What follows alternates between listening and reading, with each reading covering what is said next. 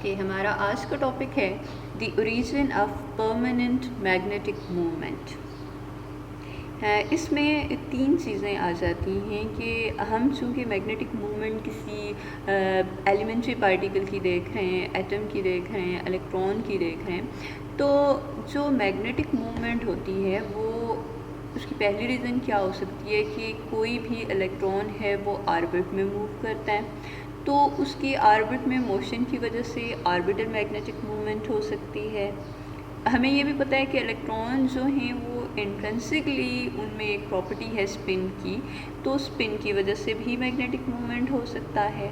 अब इलेक्ट्रॉन चूँकि ऑर्बिट में भी मूव करता है और स्पिन भी करता है ना, around its on axis rotate भी करता है, तो इन दो रीज़न्स की वजह से इसकी मैग्नेटिक मूवमेंट हो सकती है।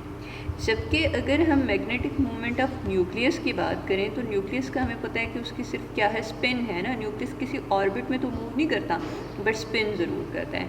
तो ये थ्री रीज़न हैं जिसकी वजह से एक एटम के अंदर जो है वो मैग्नेटिक मूवमेंट हो सकती है। दो रीज़न्स इलेक्ट्रॉन की हो सकती हैं और एक न्यूक्लियस की हो सकती हैं। अब इनको स्टेप बाय स्टेप देखते हैं कि ऑर्बिटल मैग्नेटिक मोमेंट हमें पता तो है फिजिकली कि क्या चीज़ है, बट मैथमेटिकली हम उसको कैसे रिप्रेजेंट कर सकते हैं, इसी तरह स्पिन को कैसे कर सकते हैं और स्पिन ऑफ न्यूक्लियस जो है उसको हम किस तरह से रिप्रेजेंट कर सकते हैं। तो पहली चीज़ आ जाती है दी orbital magnetic movement of electron. तो इसमें सबसे पहली चीज़ जो है मैग्नेटाइजेशन, जिसको हम म्यू एम से रिप्रेजेंट करते हैं। तो क्लासिकली इसका हमारे पास क्या रिलेशन है, -e/2m into L, that is angular momentum. ये अभी हमने इसी चैप्टर में इस रिलेशन को डिराइव किया जहाँ पे हमने क्लासिकल थ्योरी देखी है इसकी, ठीक है।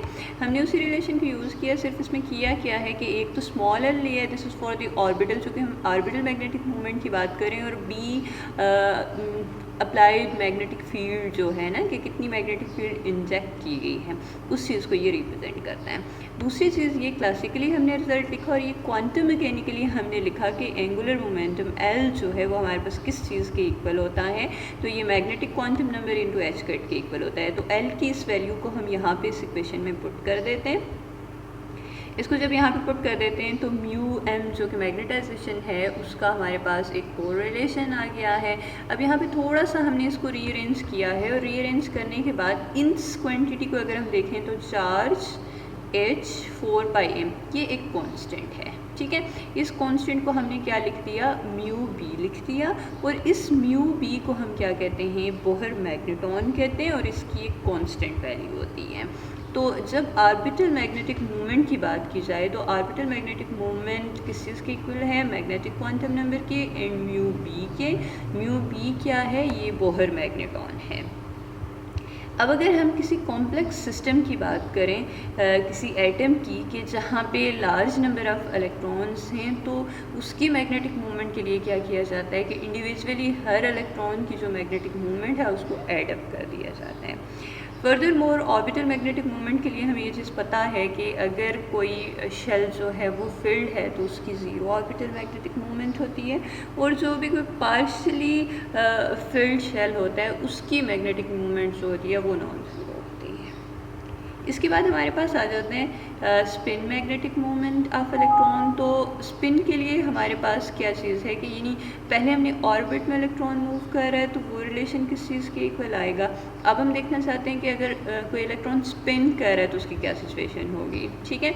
तो म्यू एस फॉर स्पिन हमने इस चीज़ को लिख दिया है, तो ये हमारे पास रिलेशन इस चीज़ के इक्वल है जो कि हमने न्यूक्लियर फिजिक्स से लिए हैं। अब ये जो कैपिटल एस है this for spin quantum number, और इसकी वैल्यू होती है एम एस एच कट। यहाँ पे जो चीज़ न्यू है दैट इज़ जी। अब ये जी क्या है, जी बेसिकली एक स्प्लिटिंग फैक्टर है, और स्प्लिटिंग फैक्टर किस चीज़ का, स्प्लिटिंग फैक्टर के एनर्जी लेवल्स की स्प्लिटिंग।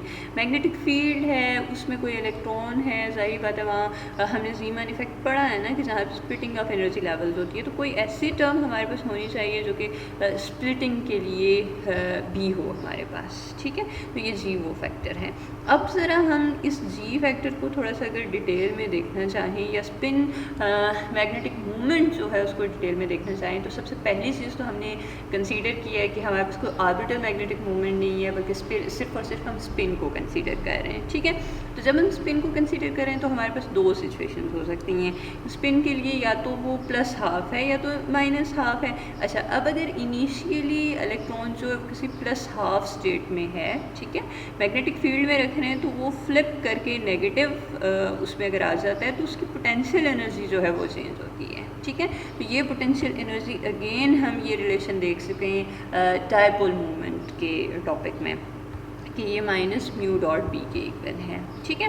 तो अगर सबसे पहले हम कंसीडर करें कि स्पिन की हमारे पास दो ही वैल्यूज़ होती हैं, जब दो वैल्यूज़ होती हैं और अगर इनिशियली उसकी कोई स्टेट जो है स्पिन जो है वो +½ है, ठीक है, +½ है और एंगुलर मोमेंटम जो है वो मैग्नेटिक फील्ड के पैरेलल है। जब ये पैरेलल हो तो हमें पता है कि जो मैग्नेटाइजेशन होगी तो वो इसके एंटी पैरेलल होगी, ठीक है। तो जब एंटी पैरेलल होगी और म्यू और बी के बीच जो एंगल आएगा वो 180 डिग्री आएगा।